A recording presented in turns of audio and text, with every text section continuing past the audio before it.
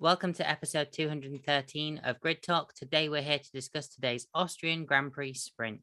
My name is Ruby Price, and joining me we have F1 expert Jack Watson. Hello. Hello, Sophia Richmond from Everything F1. Hi. Hi, and journalist Louis Edwards. Hello. Hello. But first, if you enjoy this podcast, we'd love it if you could take 5 to leave us a 5-star rating on Spotify or a 5-star review on Apple Podcasts. If you do, you'll automatically go into our monthly draw to win a Grid Talk t-shirt from our champion range of merch. Shout out to Hello, it's James, who left us a 5-star review on Apple Podcasts. And if you're one of the 72% of people who aren't yet subscribed to the channel but do watch us, please consider subscribing. Help us out with a like as well. So, it was a mostly uneventful sprint race in the warm-up for Sunday's Austrian Grand Prix, but we did at least manage to see a few on-track battles amidst the 23 laps of on-track action. Jack, what did you make of today's sprint?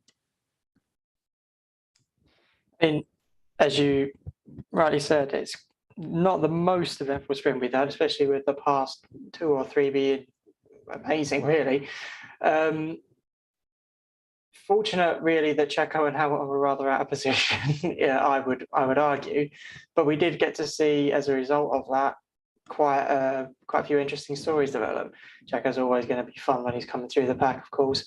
Mick putting on a good show, as we'll get to all of this later, I'm sure. Red Bull Ring, it's normally one of those that it does normally entertain. So I'm a bit surprised that things panned out the way they did, but I mean, maybe we'll hold out for the race. Yeah, absolutely. I think an element of tyre choice as well could have played a part. Everyone, apart from 4 drivers opting for the soft tyres. No, everyone apart from 4 drivers opting for the medium tyres, 4 drivers choosing the softs. But Sophia, before we even started, Alonso and Guan Yu Zhou had issues that affected the race start. Alonso still with his tyre blankets on, some choice Spanish words, I imagine, and Zhou with a loss of power, which caused an extra formation lap, reducing us down to 23 laps. What will Alonso and Alpine have been thinking of, during that race start? Oh, I would love to hear those radios from Alonso, because you know that he would be absolutely livid given how far he was up the grid.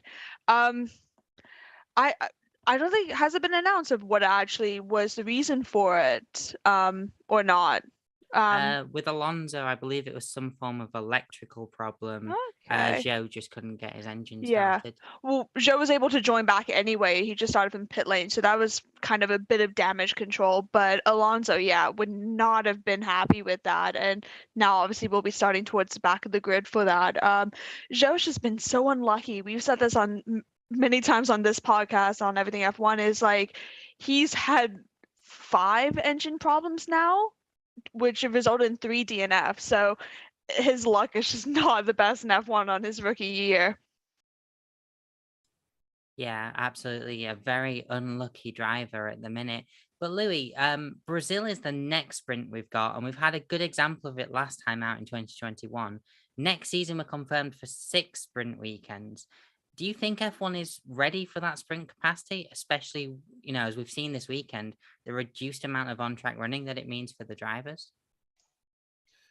Yeah, I think it's a tricky one because of the cost cap and the all the issues that are currently happening with that around the sport at the moment. Whether or not it's still feasible to have 6 sprint races in a season is yet to be seen. I guess we'll find out next year, because qualifying, it's usual qualifying in the usual way that it's done. It's fairly straightforward, unlikely for driver to driver contact, but then when you see things like today, when Gasly and Hamilton had that contact, that could have ended a lot worse, meaning a lot more money having to be paid out by the teams to fix that. But no, I look forward to the one in Brazil later on this season. I think we saw last year just how good it can be, and Brazil is a great track anyway. And then the 6 that we have, I imagine it'll probably incorporate the ones that we've already seen. So probably going back to Silverstone, Imola again, and yeah, I think it'll be good to see what tracks they choose. But I think the cost may be a little too high, especially with the budget cap at the moment, to see 6. Well, especially to see any more than 6. Yeah, absolutely. So looking at the actual sprint then, I guess, Max Verstappen led away at the start and just carried on. And did he ever really look like not winning the sprint today? No, not really. I think he was cruising, to be honest. I mean, Leclerc was catching him, fastest lap and all that, but I think Max was just sort of cruising along, really, just doing what he needed to do, especially once Ferrari. Well, we'll talk about that. He's on fine form. He's always gone well at Austria. And I really don't see anything major changing. He'll be feeling good going into tomorrow. He's done everything he can. Again, walking away with maximum points in a sprint. So he is set up very well indeed. Yeah, absolutely. And he'll just be, I guess, praying for not a repeat of what happened in 2018, where he stalled at the start of the grid, but he still won that race, which is impressive when you think about it. But Sophia, Charles Leclerc, P2 in the Ferrari. Do you think that's the highest he could have been today, or do you think he ever had a chance of, getting on to P1? Yeah, that was probably the highest. He could have even gone into P3, dropped down because him and Carlos was battling out for the first 6 laps or so, going wheel to wheel on a lot of the turns, especially on the start. It was just Max was just too quick, and Charles said that post race as well. It was just way too quick. But luckily, with both Ferraris being 2 and 3, maybe that might be able to help push to maybe get some more, maybe take P1. But yeah, it was a good race for them. Didn't crash, had some good, clean kind of battling racing, which is what we want to see. Obviously, against his own teammate is always kind of heart aching and like on the edge of your seat. But yeah, that's probably the best he could do for Charles. Yeah, and unfortunately for Charles as well, he's never actually, well, as far as the statistics go, he's never actually won a race not from pole. So if we're going to follow the statistics, tomorrow, Sunday, is not going to be the way that he wants it to go either. But Louis, Carlos Sainz, or Carlos Sainz, if you are Johnny Herbert, P3 in the Ferrari, a couple more seconds back from Leclerc. They had a bit of a tussle, but after that, he just disappeared. Yeah, I think maybe Ferrari might have come over the radio and maybe had a little word, tell him to calm down a bit, because it was some seriously close racing between him and Leclerc, and that could have ended in tears, as we've seen multiple incidents in the past between the Ferrari drivers, and I don't think Binotto wants to go through all that again. But I think it was just best for Carlos to keep position. It does look like the Ferraris are going to be quick tomorrow, and they'll want both of their drivers there rather than them two coming together and costing themselves for the race. So, yeah, it's third place for Carlos today, but he'll know that they've got a good chance at on the podium tomorrow, and I think you may give Charles a bit more of a run tomorrow when the points are a lot bigger and the stakes are a lot higher. Yeah, absolutely, a lot higher stakes tomorrow, and we've seen already today drivers who were on for a good chunk of points tomorrow now starting significantly further back, all because of incidents or not quite having the reliability. And this is still a form of qualifying when you think about it. So, more points handed out on Sunday, less points handed out on Saturday, if points are handed out at all. Jack, George Russell, one of the 4 drivers who's been summoned to the stewards regarding the formation lap. But considering that car was in a couple of bits yesterday and still this morning, when you consider the curfew as well that the mechanics had to follow, P4 for George, a quiet day. Yeah, very. When I saw that incident in quali at the end of quali, I thought he probably got away quite lightly, not needing a new gearbox or taking a penalty for that or anything like that. But yeah, I mean, on pace-wise, it was just a consolidation. Really, he wasn't anywhere near the Ferraris, but he definitely had more in the tank to cover off those behind him. So, I mean, obviously Perez was held up, and Alpine, while strong, I don't think Ocon's their strongest driver. So yeah, just did exactly what he needed to do, get the points that Mercedes can. Might be trying something different in the race, but it's a sprint. Mercedes gone through a fair few spares already this weekend. Try and avoid that, and just focus on the race. More points, more stakes, all of that. Yeah, and I heard Toto Wolff saying that they'd used the good rear wing in qualifying yesterday. So George Russell had to revert to a rear wing that maybe wasn't as Austria suited. So there is certainly that's going to play into consideration as well. Sophia, Checo Perez made a very good recovery from the track limits related incident yesterday, which can have its entire point of discussion at some point. Good old FIA stewarding and stuff like that. But, a good show from Checo today. Started P13, finished P5, and, that puts him back in contention for tomorrow's race. Definitely. I mean, that overtake on the inside that he did, I can't remember off the top of my head who was it. Mine's just gone blank. But no, he did very good. Like, he's always been quite good on making positions. Like, we've seen, obviously, from him starting from back of the grid to winning a race. Oh, yeah, Mick was on the inside. But yeah, like I said, he's always been good to making positions. That's kind of where one of his many skills that he does have, that entire management comes into play. But it's good for Red Bull having Perez now kind of more up the grid to help kind of defend and kind of support Max in that kind of way. But that qualifying, like you said, we'll probably discuss this a bit later, but I understand the Q3 deletions, but the Q2 one, that's kind of where I understand it, but I feel like obviously they should have done it a lot more, because Perez actually used new tires for that last in Q3. So he's lost a set of tires to begin with that already was out by the deletion of the time. Like, we'll discuss a bit later for sure. But FIA, we have a love-hate obviously with how they are and how consistent and how they are with messages and such. So I just feel like it was probably the worst call, worst timing. They should have done it straight away. Yeah, they certainly showed that they can do it immediately. The only question is why they didn't. But yeah, Louis, Esteban Ocon, P6 in the Alpine, did have to pull over after he crossed the finish line. And Alpine suggested it might be related to Alonso's electrical issues as well, which, at least they've got until tomorrow to try and find out what that is. But other than that, a pretty steady showing from the Frenchman today.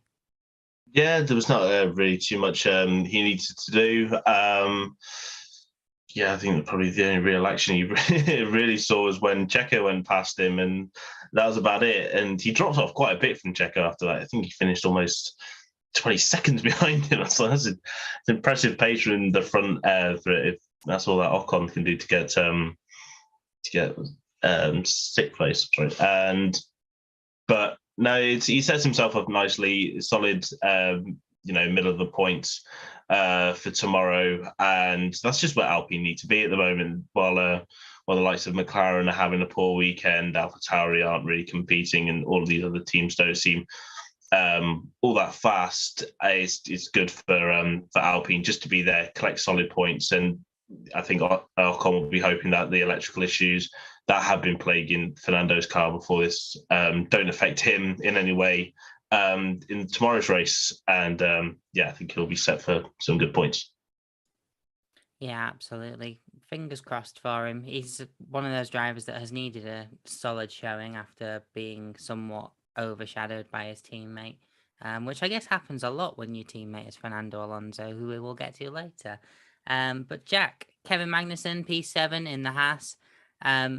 Really, the majority of what we saw from K-Mag was just driving in front of his teammate and providing DRS for most of the race. But is there anything more that you think the Haas could have done today, or was P7 really where they were aiming for? I think maybe at the start they would have been hoping to get a jump on Ocon. The Haas seemed really properly quick in quali. obviously hitting sixth, and the only place they lost was because of Perez's mad charge. So yeah, it's a strong showing, but I think it might have been again kind of similar to the Mercedes of stick with what you got. You don't want to push the tires too hard if they, for whatever cataclysmic reason, need to lean on them again for a sprint at the end of the main race, then they can do that. So yeah, was mainly just trying to tow Mick along when they realised, oh, hang on, Hamilton's not just blown past. So yeah, I mean, I suppose there's a lot of people who are getting quite frustrated that he drove off at the end, but he has still got to secure his position. And obviously Hamilton's putting pressure, building that. They still want to secure 2 points and not 1. So I think maybe it was the right call just to let him extend that gap at the end. But fantastic teamwork with the pair of them. And I'm pretty sure Sophia will be looking forward to talking about Mick now. I mean, there's a driver in between the two of them, but I think as well, something that needs to be obviously like thought about as well is it is ultimately up to Mick to remain in the DRS range of Kevin. Like, it's not always just up to Kevin to, be dropping back to keep Mick in that fight. But Sophia, Lewis Hamilton, rather than Mick Schumacher, finished P8, the last of the points runners of the sprint that we have today. When he fell back 2 positions on lap 1, I thought it was going to be a bit of a similar case of Italy sprint all over again, of just being stuck behind cars, but it took him a while to dispatch the cars that did end up passing him. Yeah, definitely. I think it took him like at least 9 laps, because he was stuck behind Mick for the majority of the race until the last 2 laps. That was a battle to see. Like, I mean, Louis will speak about Mick probably a bit more, but I'm loving this new points Mick, like from qualifying and today. Obviously, he wasn't that happy in post-race interviews and everything, but his defense was great. He barely was putting a foot wrong and putting the car wrong. He had great exits as well. But with Hamilton, he, compared to 7-time world champion, like, he knows how to drive. He knows this track very well. It was a bit surprising, but in the end, obviously, he did get there. But I think it was also due to the fact that Kevin did not provide the DRS for Mick towards the last 2 laps. But yeah, it's good that he's starting up, I mean, a little bit better. He's getting some points as well. That's going to help. But I'm hoping, I don't like saying this because I'm not a big overly Hamilton fan, but I think I can see him contending to top 5. Maybe even a podium potentially tomorrow, which is possible because we've seen it's very easy for overtaking sometimes. That DRS is becoming so powerful as well. Like last season, you didn't realize how powerful it was with the 3 zones, and this one, it's a lot more. And we're noticing with the new regulations for that. But it was a good race. It was a good battling. I thoroughly enjoyed it because that was pretty much all that we were seeing on TV was purely that, and then the Ferraris in the beginning, and that was it. Yeah, absolutely. One of the closest on-track battles that we saw today. And Louis, ultimately the driver that ended up worse off in the on-track battle between Lewis and Mick was Mick, just finishing outside the points. But Sophia touched on this a little bit. Since getting his points in Silverstone, we've seen a very determined Mick Schumacher again, haven't we? I think it's possibly come from before that. I mean, you think of Canada, like Mick was running very comfortably in the points in Canada, only for his car to fail on him. He's been doing great work. He's been in and around the top 10 in qualifying a lot recently, and finally in Silverstone, just everything came together, and he got his well-deserved points. And starting tomorrow in 9th is definitely not the worst position. We've seen that this Haas does have pace. Both, like Jack said, both Mick and Kevin have shown that this Haas has some good pace this weekend. And when other midfield teams are faltering, they're going to be there to take the points. And I think Mick is showing that he has really good racecraft around this track. He knows where he's quick. He knows where to defend. And I think, fingers crossed, I don't want to touch every bit of wood possible, but that he should hopefully get back-to-back points. And I think that Haas is definitely top 10 capable for both of them. So I'd be very surprised if we see them drop out. Yeah, that's definitely certain. The Haas have been quick this weekend. Jack, a driver who was driving somewhat quick actually at some points today, Valtteri Bottas in P10. We did see him catching the Mick Lewis and K-Mag train towards the end, which might have just been more because of how slow the two drivers were. But anything of note from Valtteri Bottas? What do you imagine he can do tomorrow from P10? I definitely do think it was because of the fight. I mean, we really did see them bog each other down a little bit, especially turn 3 a couple of times. But it's a strong result from Bottas, I believe, if I'm correct. I think it's an improvement on his qualifying form. Yes, 2 places up. So better than he would have managed over 1 lap. And Bottas does seem to more prefer performing in the race anyway. So definitely on the hunt for points. We know how close this is. If for the Ferrari engine holds out in the back of that thing, it's still got that. Does seem to have a little bit of its early season advantage. This is a very much power track. It could all swing to him. So I reckon they are definitely on the hunt for points, and he is going to have to kind of carry Zhou since its issues at the start. So it's just kind of hoping that doesn't come to him either. Yeah, absolutely.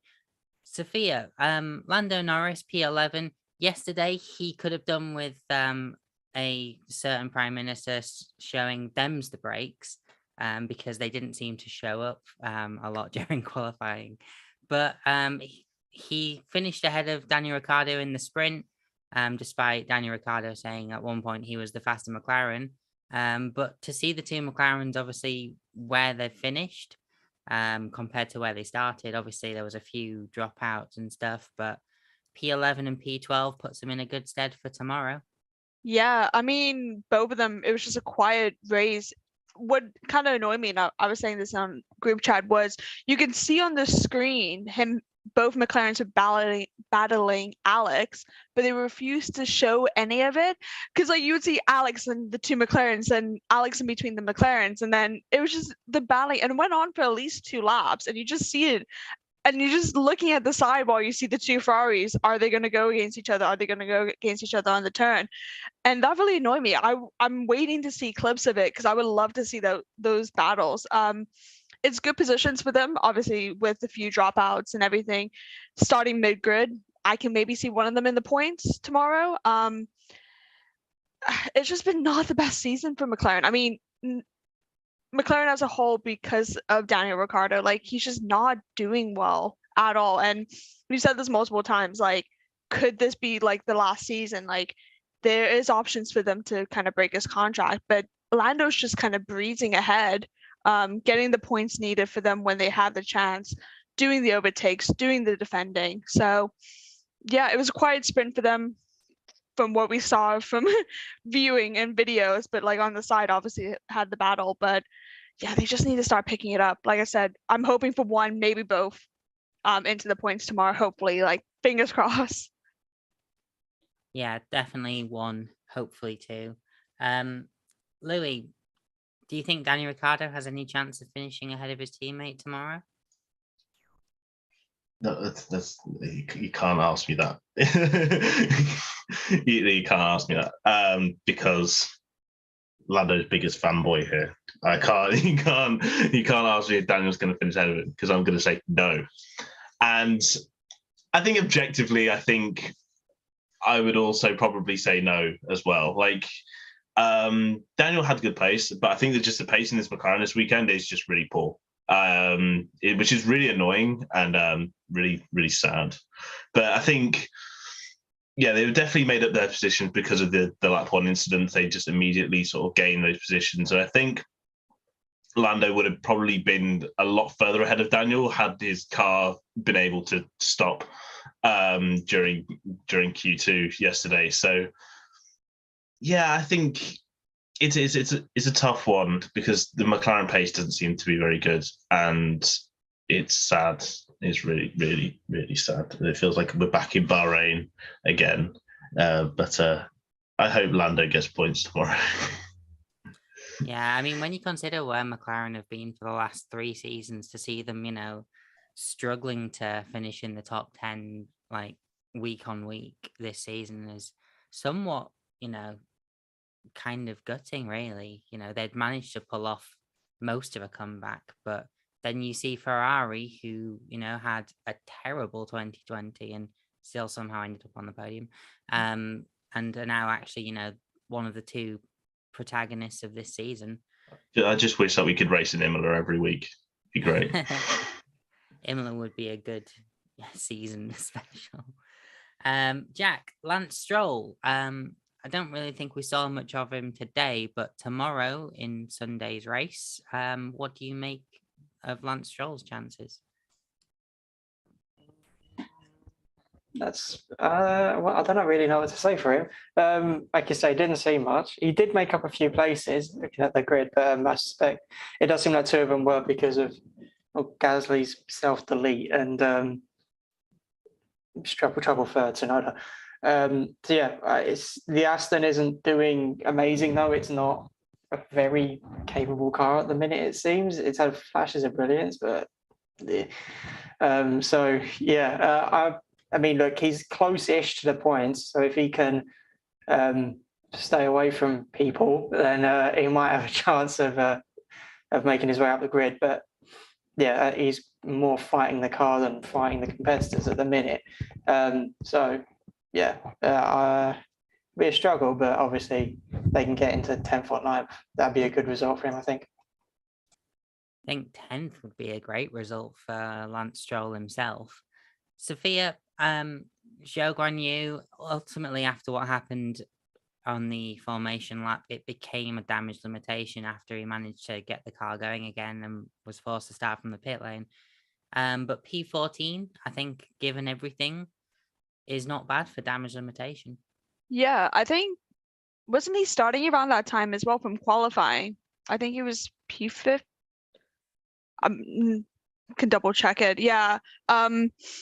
So yeah, damage limitation. Obviously, I didn't even think he was actually going to start the race, given how it was looking, or if he would be fined and they would just do damage limitation and just let him not race the sprint race. But yeah. Like I said, I've said this multiple times, like he's just had the most unlucky rookie season with all the issues that he's been having through no fault through his own, most of them as well. He's still getting the points. He's still, when he does finish, he is producing good races for the team and getting the points needed, and having Bottas as well as like kind of like a mentor and somebody to look up to is really helping as well. But yeah, I'm hoping he does well. I hope he finishes again as well. He's becoming one of my favorite drivers this season as well when he does race. It is a nice surprise seeing Zhou when he does actually finish the race so well. But Louis, Pierre Gasly, what is with his turn 1? Well, what is with his lap 1 incidents? I think after today, it was 3 in the last 4 races, if you want to include the sprint. I thought for a second we were going to see a repeat of the Silverstone incident again. Well, not only has it been however many turn 1 collisions, but also every single sprint race goes against Pierre Gasly. He does something happens. I don't think this man has ever had a clean sprint race. And here we go again. I think Pierre is just. I mean, the first lap was difficult. He was again caught in a kind of like pincer. Lewis was caught in a kind of pincer because Gasly had done exactly what George had done to him literally last week, and I think he just needs to work on a bit more spatial reasoning. Just check his mirrors once in a while. But otherwise, yeah, it's a tough one for Pierre, and he's going to have to fight back tomorrow. And how far he's going to be able to fight back, I don't know. The AlphaTauri hasn't been great, and to be honest, Pierre hasn't been on his best, on his best foot this season. I think maybe if we saw him maybe last year's Pierre, he might be able to cut through the field a bit, but unfortunately, I think maybe a completely pointless double entendre weekend for him. Yeah, the 2022 AlphaTauri is not as suited to Pierre Gasly, it seems, as the 2021 one was. But then I guess as well at the same time, you'd had basically what was effectively the same car for 2 seasons with just a handful of changes. Jack, a driver who will absolutely hate the Red Bull Ring at this point, Alexander Albon in P16, 5-second penalty for forcing Norris wide. Contact with Vettel, which put Vettel off into the gravel. What was going on with Alex Albon today? Yeah, it wasn't a great showing, was it? He was doing all right, to be fair. Like that fight with the McLarens was pretty cool to watch in the timings out, as Sophia pointed out. But he getting pretty racy, and we sort of saw the little flash of the Albon from the start, really, of not being afraid to get stuck in. It was a bit clumsy up at turn 3, though. Turn 3 is a clumsy corner in itself, as Martin Brundle kept on saying. It's such a weird one for going side by side through. That contact with Vettel, I'd be surprised. I mean, it's still under review, is it, or has it been dismissed now? Either way, I'd be surprised if there was action on it, because while Albon did wander out into him, he was understeering. Vettel could have still left a bit of room. Don't think there's much to say there. And obviously, after that, car's not going to be 100% anymore, so he would have struggled a little. But it's kind of a shame. This might have put a bit of a blunt no on his race performance, but we'll have to wait and see. Going to be another toughie for Williams, unfortunately, I'd say. Yeah, absolutely. Currently, nothing that I've heard of regarding the Albon Vettel incident. However, we have just seen that there's no further action for the start race procedure infringements for the 4 drivers that were called into questioning there. Sophia, Yuki Tsunoda was showed the black and white flag for track limits, which I'm surprised we didn't see more of during the race, but that's the second year in a row Yuki Tsunoda's been, I think, given the black and white flag at the Red Bull Ring. Just not a fan of this circuit, perhaps? Oh, Yuki. Where do I start with him? I don't know what's with this track. I mean, I don't know what's going on with him these last few races as well. You saw the synchronized spin that he did with Gasly in Silverstone. Apparently, there's now a psychologist getting involved, according to Helmut Marko, for Yuki. I just don't understand. With regards to track limits, I think it'll be more prevalent on Sunday. I think sprint was not as much. Obviously, we still saw some drivers going off a bit. And then obviously, as you mentioned, Yuki with the flags. I think it's going to be more common going to take place tomorrow with the longer distance. If anything, if seeing F2 and F3 will show the amount of penalties that kind of took place for that. But yeah, I don't know what's going on with Yuki. Like, he was doing good and then fell off and then did good and now he's falling off again. Like, it's just going with a wave. And at the moment, AlphaTauri can't afford to do that given how bad Gasly is doing this season as well. I think they were expecting him to do so well and then kind of help Yuki. And now it's kind of Yuki almost beating Gasly in the points. And like, it's a weird mix. And yeah,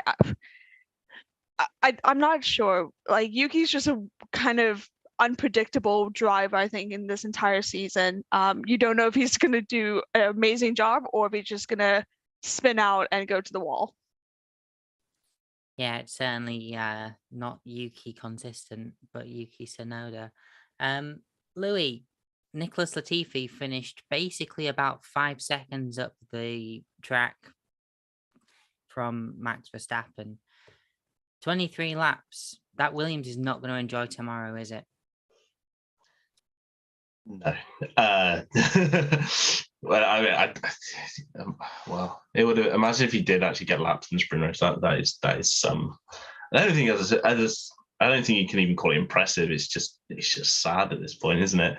I think we're seeing the return of normal service with Nicholas Latifi.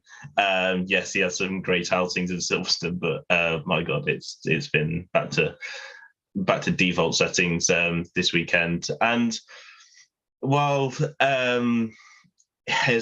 is kind of been like a meme of just how, of Latifi is, clock is ticking for him. There are so many great drivers out there that Williams will want to take over them.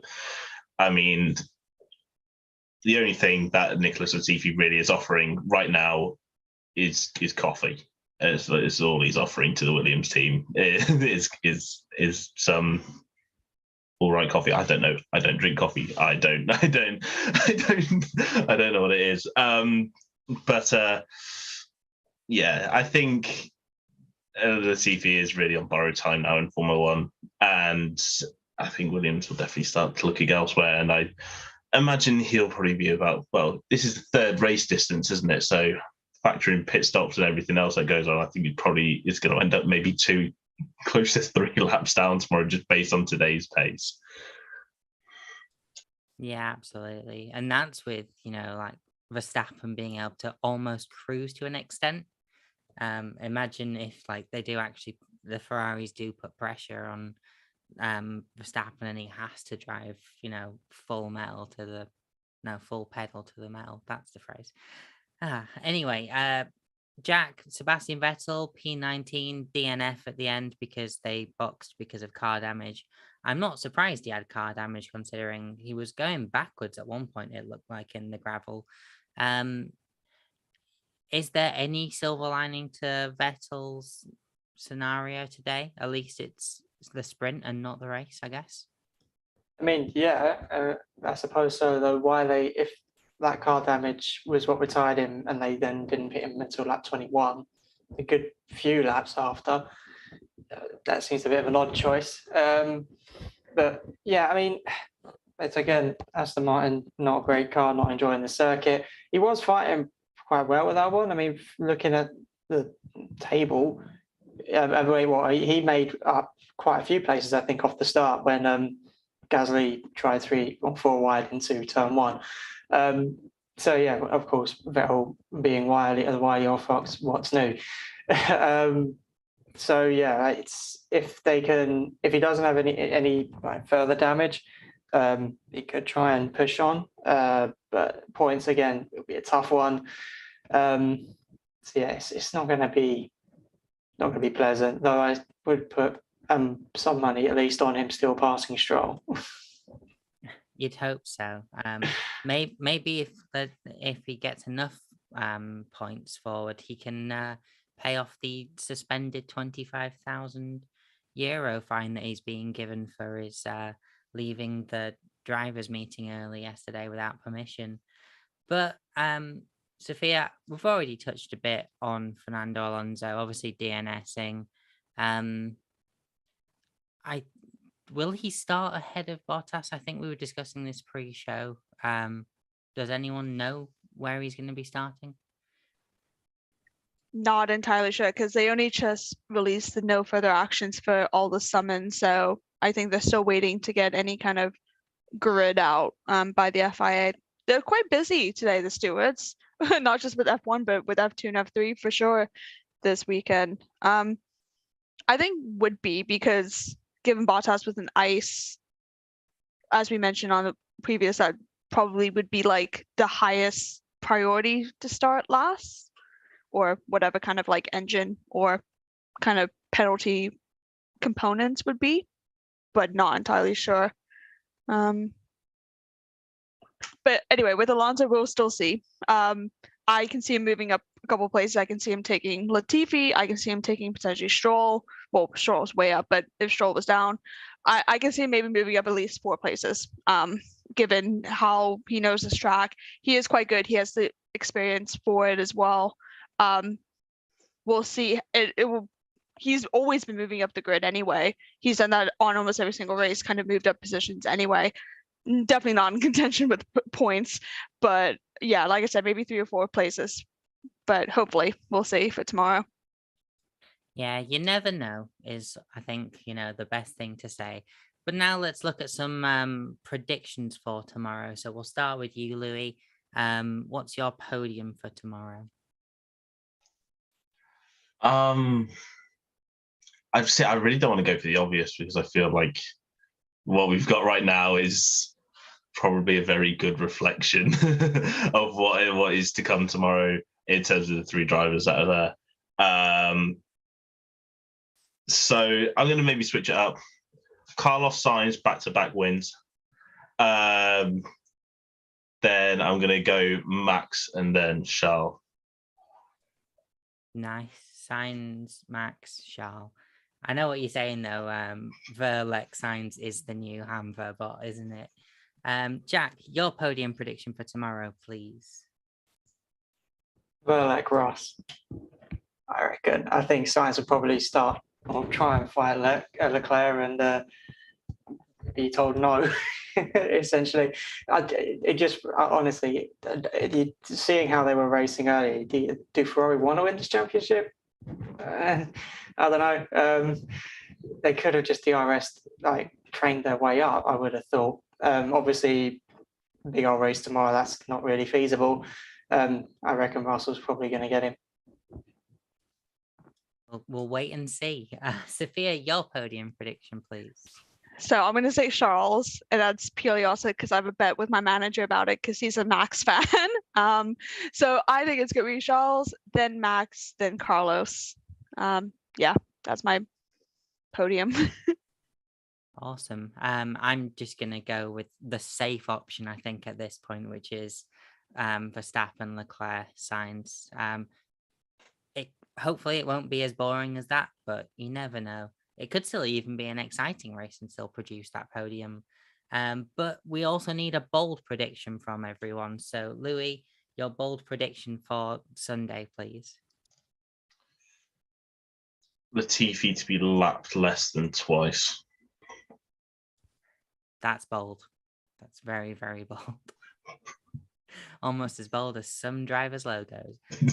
Jack, your bold prediction tomorrow, please. I think Alonso will wind up in the points.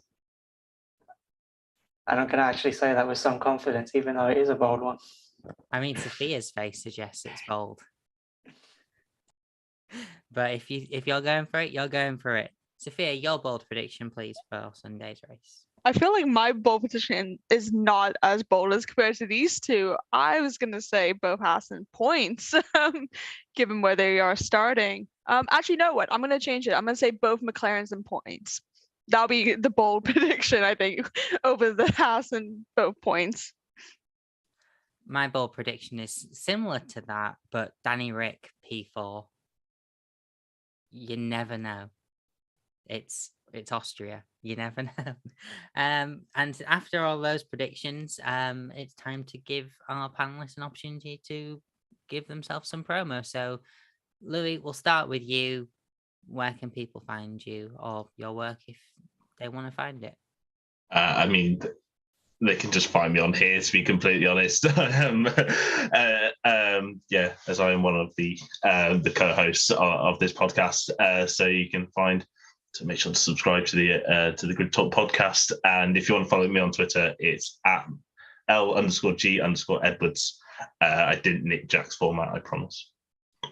Totally not. And Jack, I think it's very much the similar case.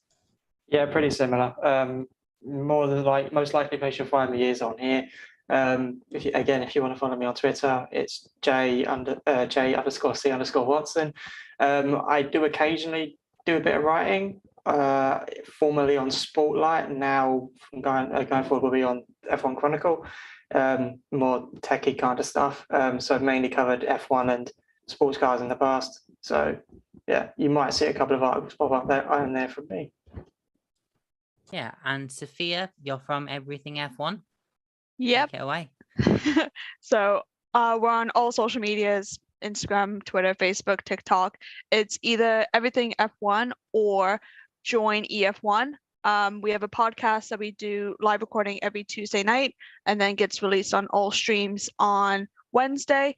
And then we have a website, www.everythingf1.com, posting F1, F2, F3, IndyCar, W Series, pretty much any kind of motorsport racing. And that's daily pretty much, and a few opinion pieces as well. Yeah, very, very good outfit that they've got there with Everything F1.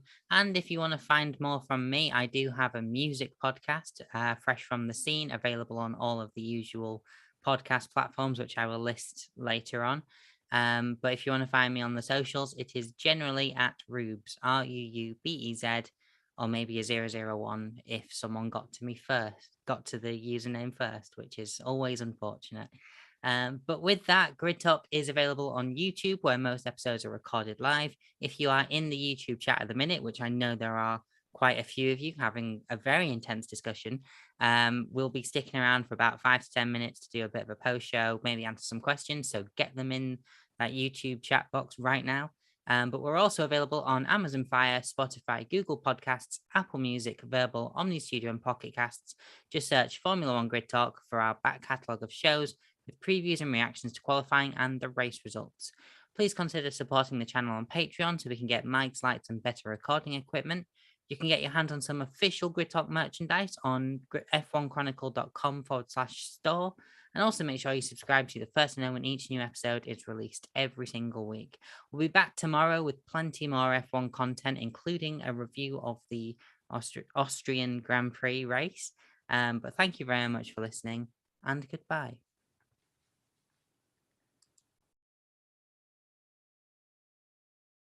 Before we head into the chat, has anything come out now that we've stopped the actual show part about Vettel and Albon? I don't think it has. I haven't seen anything. No. What did people make of it? Does anyone think there's going to be a penalty involved, or does everyone think it was a sprinting incident? If there is, I think they're wrong. Yeah.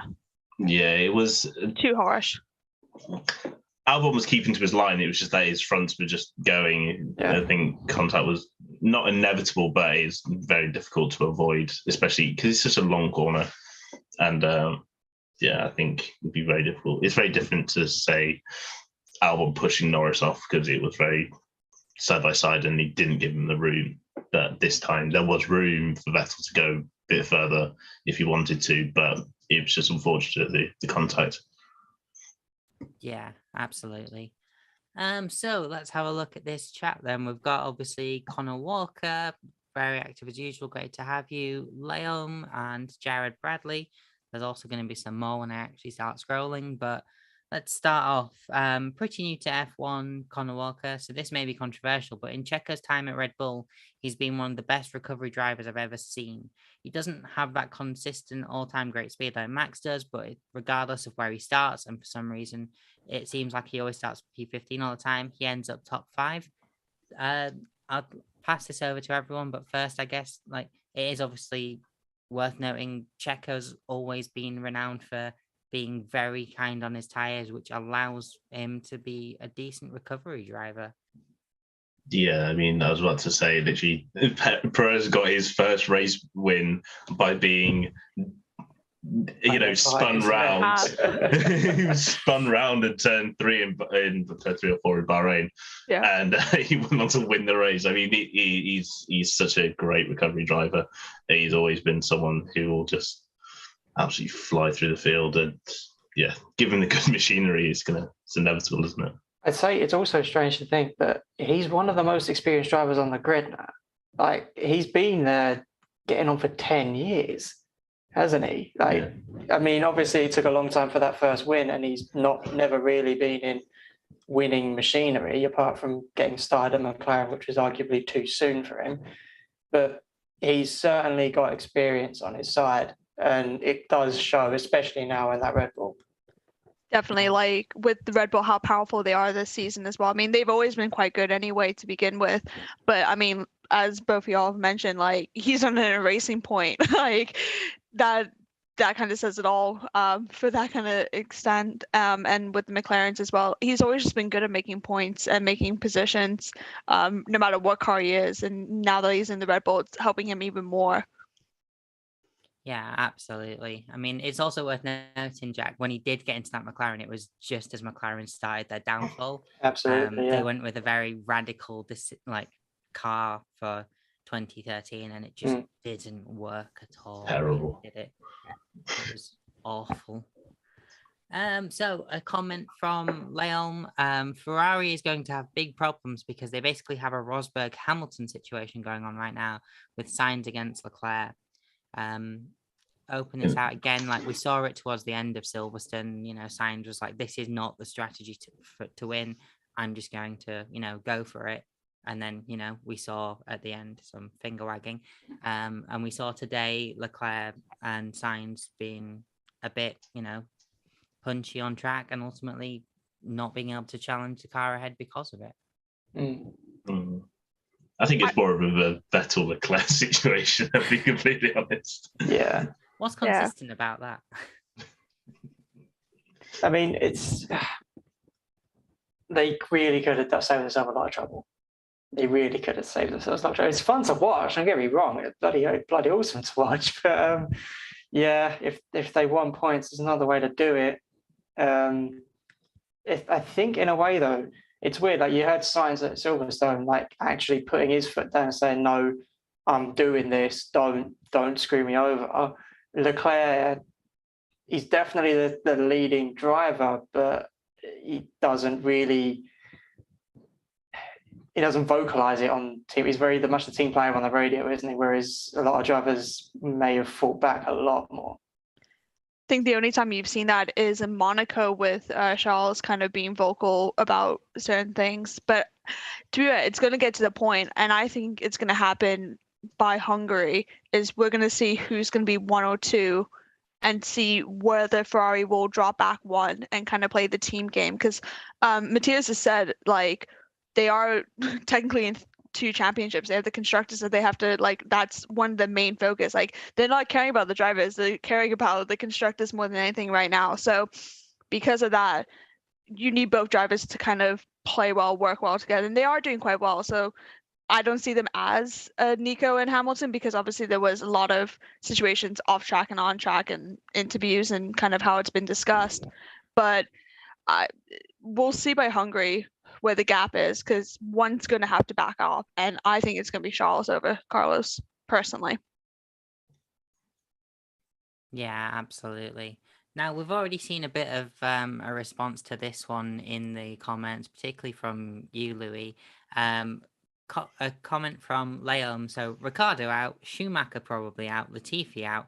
Who else is getting dumped and who's moving where? Obviously, I think it's fair to say we all agree that Schumacher is not getting dumped purely just because of the, money he brings. His name as an actual marketing tool is like gold dust.